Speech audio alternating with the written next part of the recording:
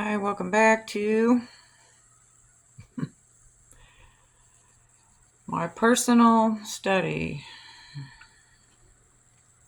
We are on the top of page 52. I'm a little bit tired, but bear with me. I know that I can procrastinate on this forever.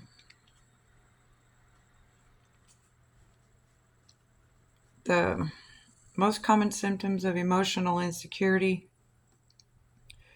are worry, anger, self-pity, and depression.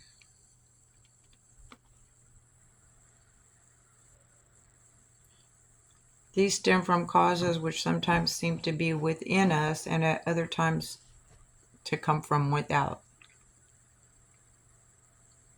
To take inventory in this respect, we ought to consider carefully all personal relationships which bring continuous or recurring trouble, past, present.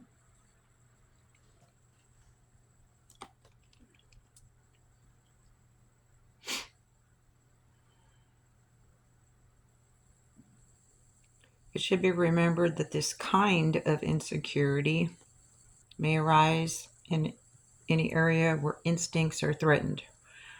Questioning directed to this end might run like this: looking at both past and present, what sex situations have caused me anxiety, bitterness, frustration, and depression?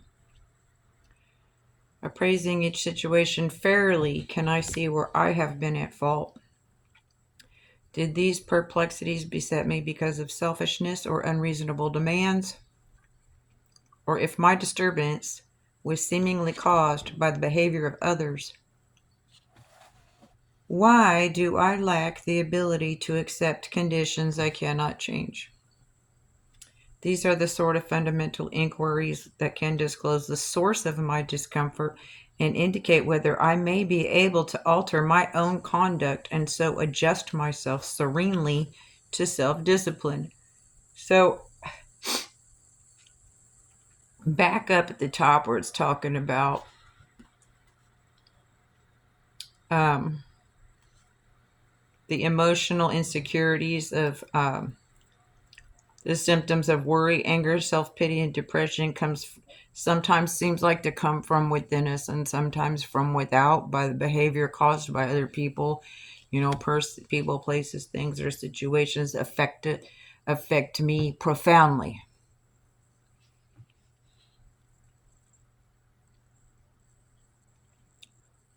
They don't seem to affect, let me put it this way. It seems to me that alcoholics and addicts are more emotionally sensitive to outside stimuli, which stimulus can be noise, situations, people, places, things. And we're just more sensitive. I know I'm not the only one. And then AA likes to say inward reality, outward appearance. There's a saying that goes, as within, so without. And it's inside job. But we've been trying to change outside conditions outside of us to get some control of our inner emotional lives, which is one of the causes of our drinking, okay? But in step 4, we're getting down to the causes and conditions of our drinking. This is the deep shit. Better wear your boots. Okay, so now we're going to look at, when it says personal relationships, I want to just skip over sex because, okay, where my instincts are threatened.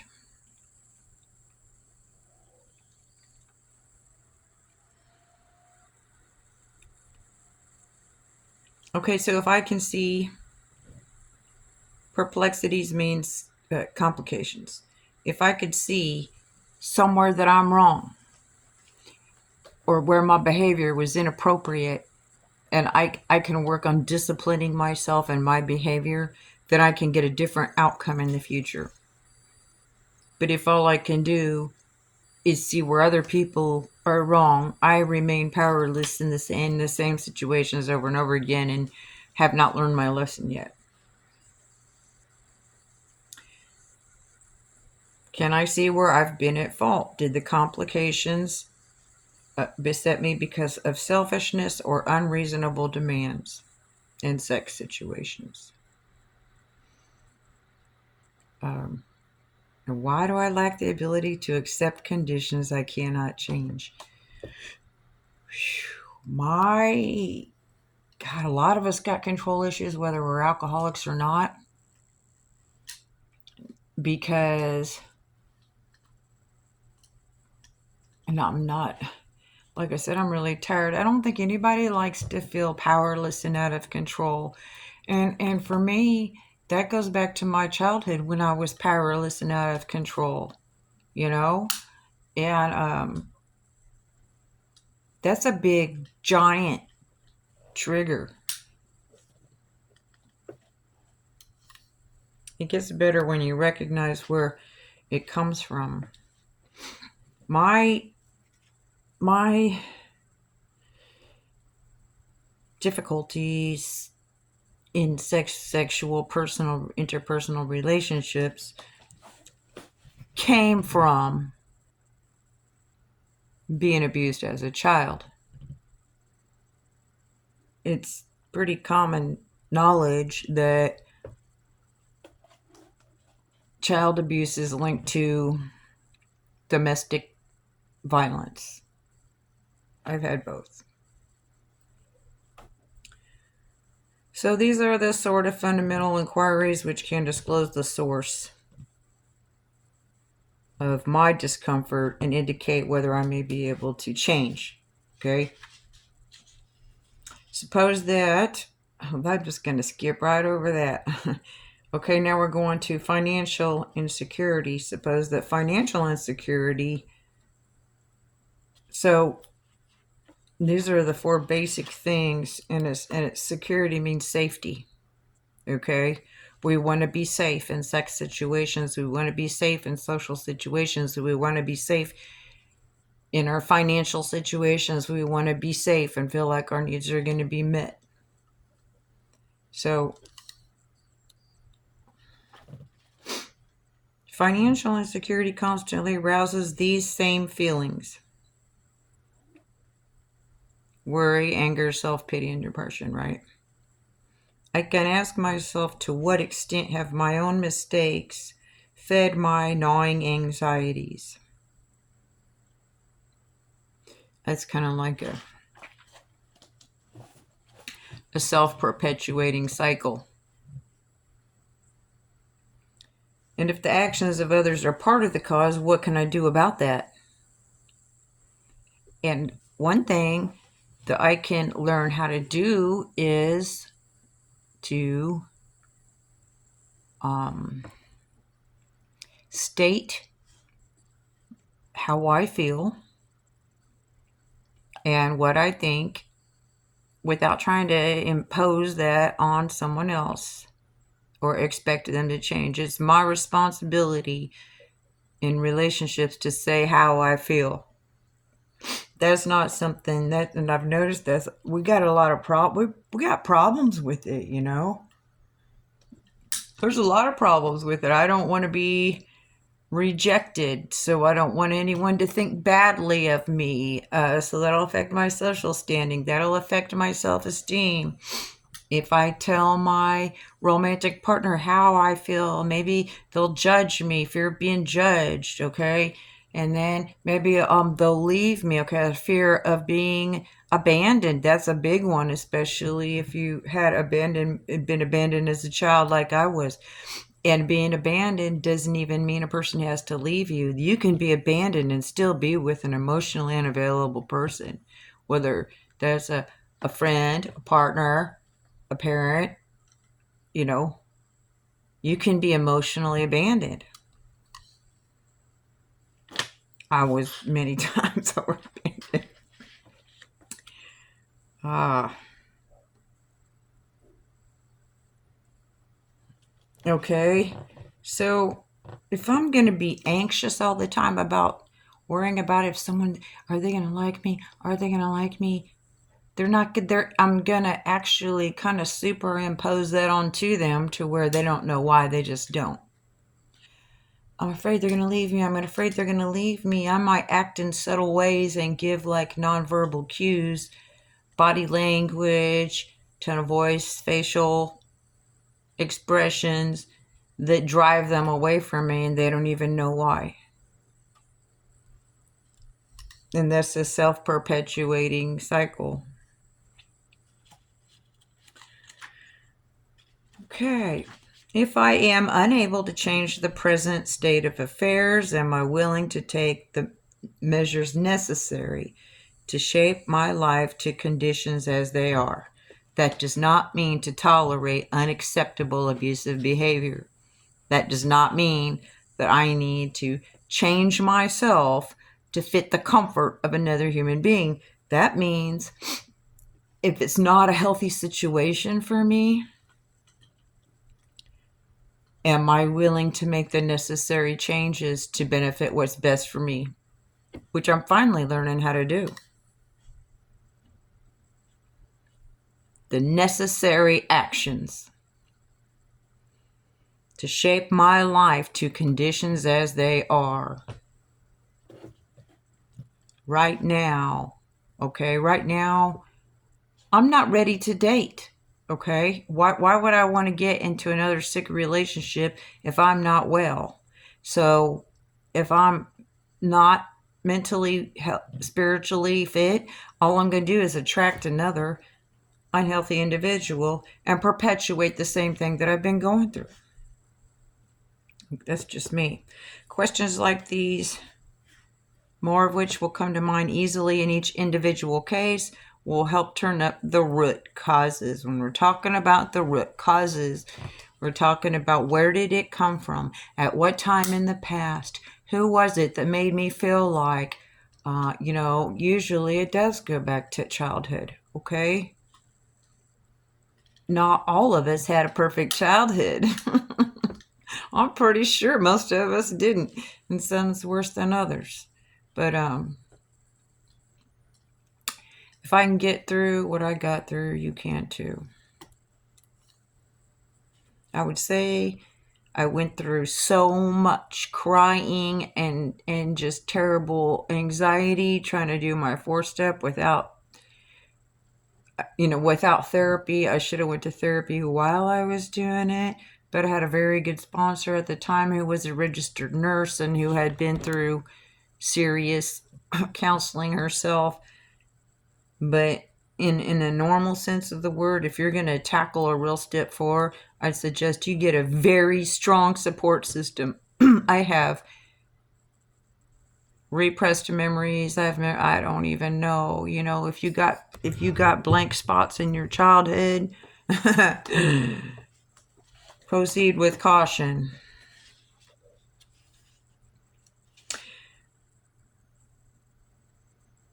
Okay, questions like these, more of which will come to mind. Okay. Yeah, one of my favorite sentences here.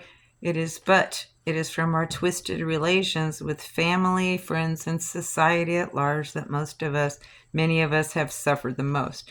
We have been especially stupid and stubborn about them. Because, it doesn't say because, there should be a comma there. If there was a comma there, like, this is in the same paragraph, okay? This is the beginning of a paragraph at the top of page 53, but it's from our twisted relations, right? So that whole paragraph is going to be talking about the same thing. But if you put a comma there, because the primary fact that we fail to recognize is our total inability to form a true partnership with another human being. That's why. That's how we have been especially stupid and stubborn. and another comma, because our egomania digs two disastrous pitfalls. Okay? Egomania is just self-centeredness. Either we insist upon dominating the people we know, or we depend upon them far too much. If we lean too heavily on people, they will sooner or later fail us, for they are human too, and cannot possibly meet our incessant demands. Those are constant. Okay, do this, do that. You should do this for me. You should be that for me. I would do that for you, so why don't you do that for me?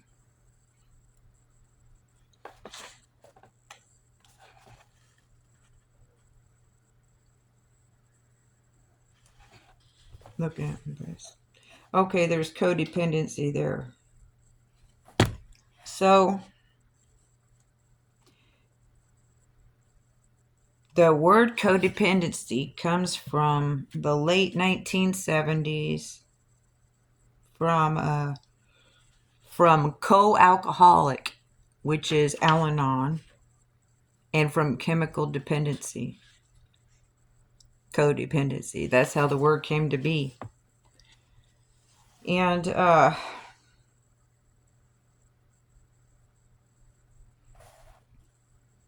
Codependence Anonymous groups began in 1986. That's relationship addiction.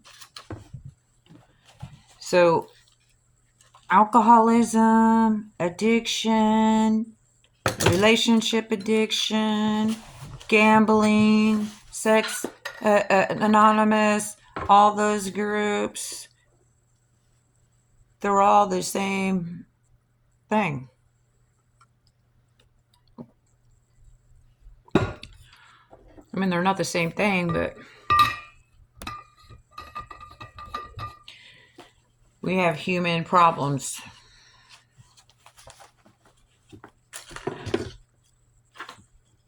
It's not okay for us just to continue on having problems, saying, oh, well, I'm human.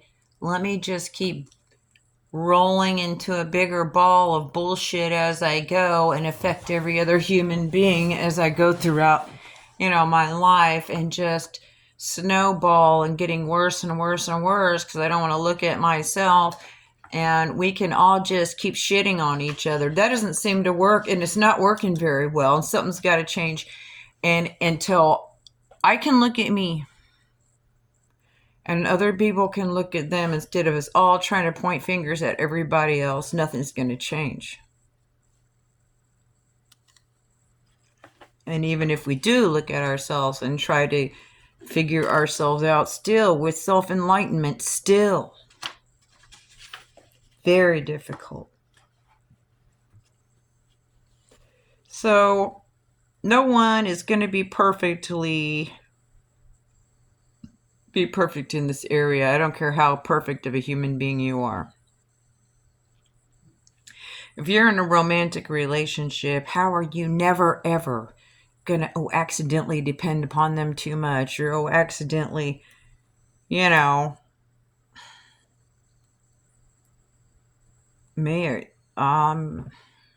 super independent because of that.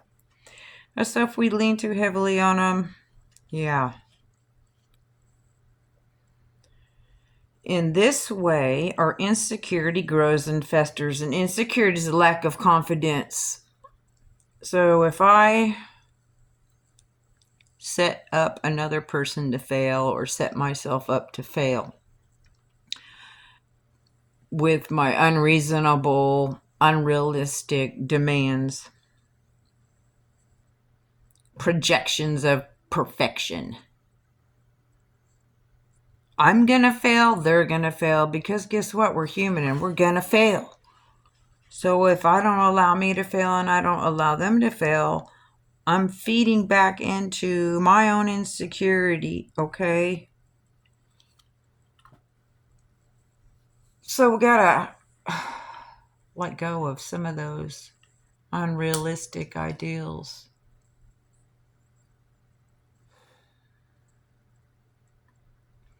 And give ourselves and other people grace and forgiveness, and allow each other to be human. I need some air. Hold on a second. Allow yourself to be human. And let me say, if I'm not allowing myself to make mistakes and I'm not forgiving myself, I'm going to be incapable of doing that with anyone else. So it always starts within.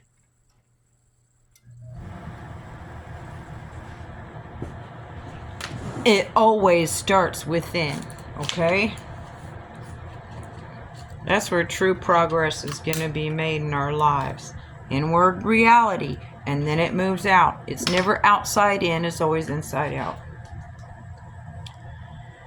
So when we habitually try to manipulate others, control to our own willful desires,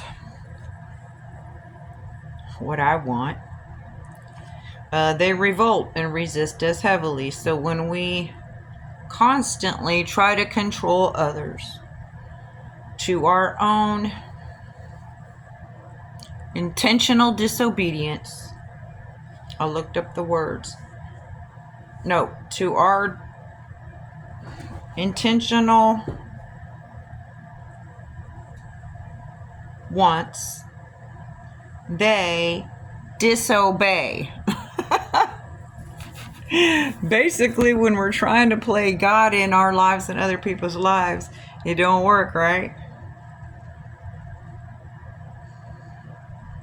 Then we develop hurt feelings, a sense of persecution, victimization, and a desire to retaliate, attack them back. This is the problem. This is just a human problem. You know, it's got to stop somewhere. It's got to stop somewhere. Someone has to say, man, I just don't want to keep getting people back all the time. Someone has to start and say, you know, let me be the first one. Somebody's got to go first. And that takes a lot of courage. Because you're going to be different. Trust me, I know what it's like to be different.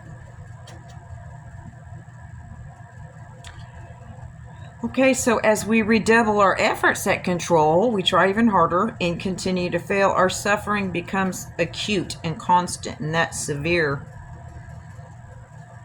We're talking about emotional, mental suffering that's going to affect you physically.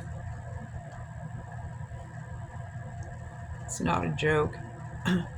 Okay, we figure out we have not once sought to be one in a family, to be a friend among friends, to be a worker among workers, to be a useful member of society. Always we tried to struggle to the top of the heap or to hide underneath it. This self-centered behavior blocked a partnership relation with any one of those about us. Of true brotherhood, we had small comprehension, which is understanding. So we got an ego problem, okay? It's a common knowledge, alcoholics, addicts, we got ego problems. I want to be the best. You know, I'm either the shit or a piece of shit, but you're not a piece of shit. It was one of the best things my sponsor ever said to me. It just, wow, I'm not a piece of shit. But, you know, in my personal life,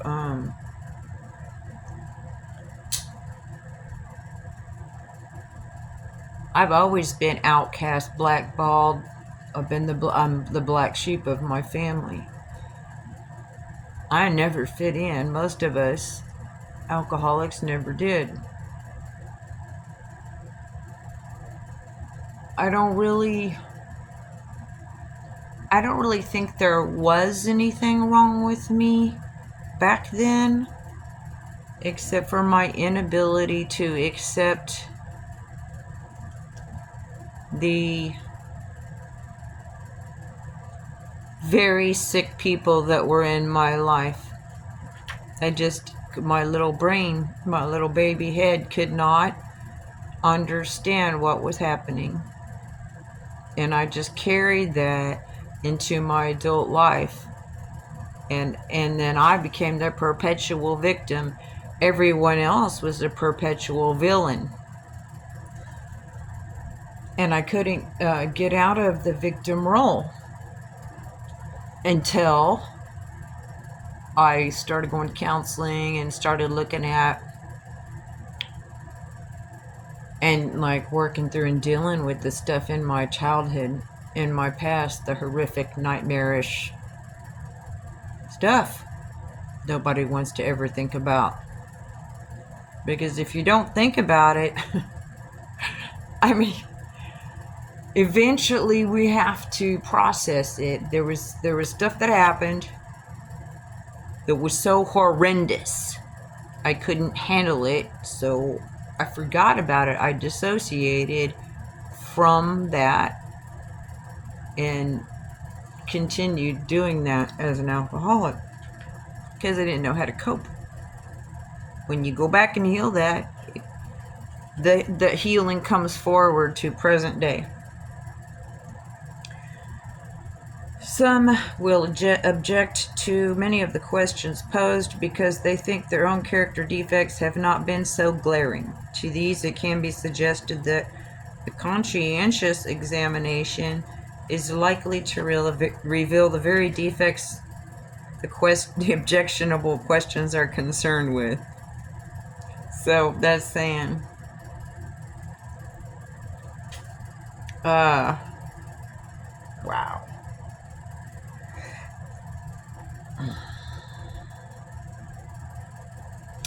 Okay, so what I just said, kind of, only what I feel like, I might feel like I am not so bad as someone else at. If I look a little deeper, I find out I may have that defect that the other person has even worse than them. That's what they say. So we say, oh, you know. Yeah. The very defects the objectionable questions are concerned with.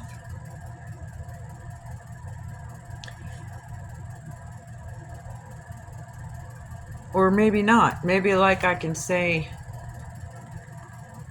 if I say, well, you know, I never stole a car like so-and-so did, so I'm not as bad as them, right?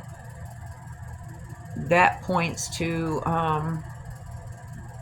a glaring defect on my part would be self-righteousness or self-righteous indignation, see? But because our service record hasn't looked too bad, we've frequently been abashed to find that this is so, simply because we have buried these self-same defects under deep down in us under thick layers of self-justification. Abashed means isn't quite as painful a feeling as ashamed, but it's close. Not feeling confident or strong, a little shaken up, taken aback. Yeah, it's a little bit take you back a little bit when someone helps you see the things about yourself, you know, because it's easy to see them in other people, okay? Self-justification is excuses when we make excuses for ourselves, but we don't make excuses for other people, see? I make excuses for my poor behavior, but when it comes to someone else, I don't have that same grace and mercy for them.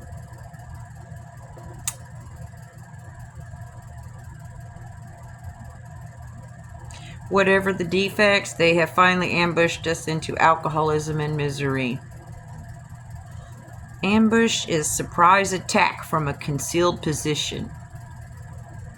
So we get to step 4 and we find out, well, I didn't know I had that. I didn't know I had that problem. Wow, I didn't know. You know, we're taken aback. They tricked us. we tricked our own mind. My mind is not my friend. My mind tricked me. And it's normal. There's nothing wrong with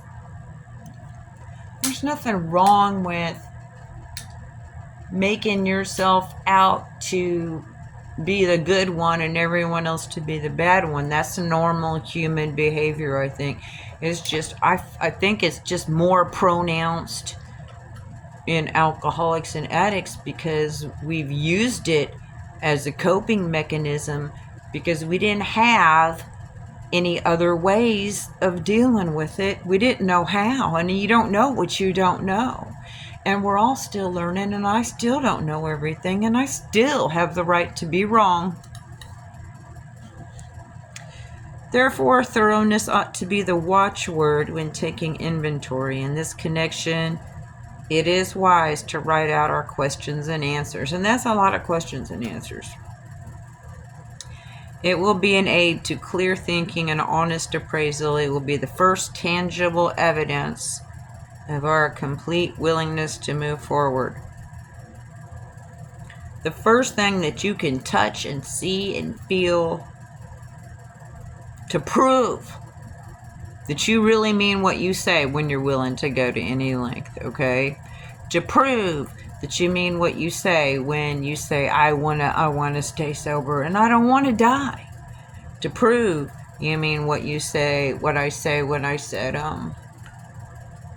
I turn my will and my life over to God. I'll prove it. And let me say this. The very first time, if you have a lot of trauma, that you do an inventory, you may not be able to take all the suggestions at once, and that's okay. Because,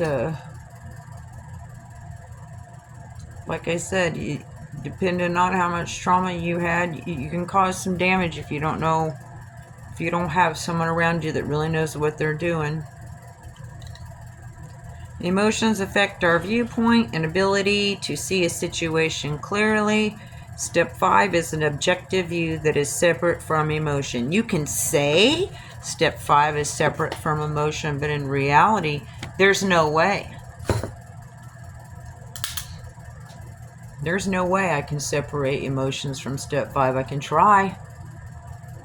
But in reality, I have so much trauma that I was very, very much triggered. And when my first sponsor helped me with step 5, I didn't really understand why it was so hard, but I felt like she was cutting me open and I was pulling out black icky poison, okay? And after I did step, I was exhausted. So I was there for hours and just resting. We did it on her bed. We had snacks, food, rest. I was exhausted. And the next day, you're supposed to pull out your big book and read that page. So yay, I got done with step 4.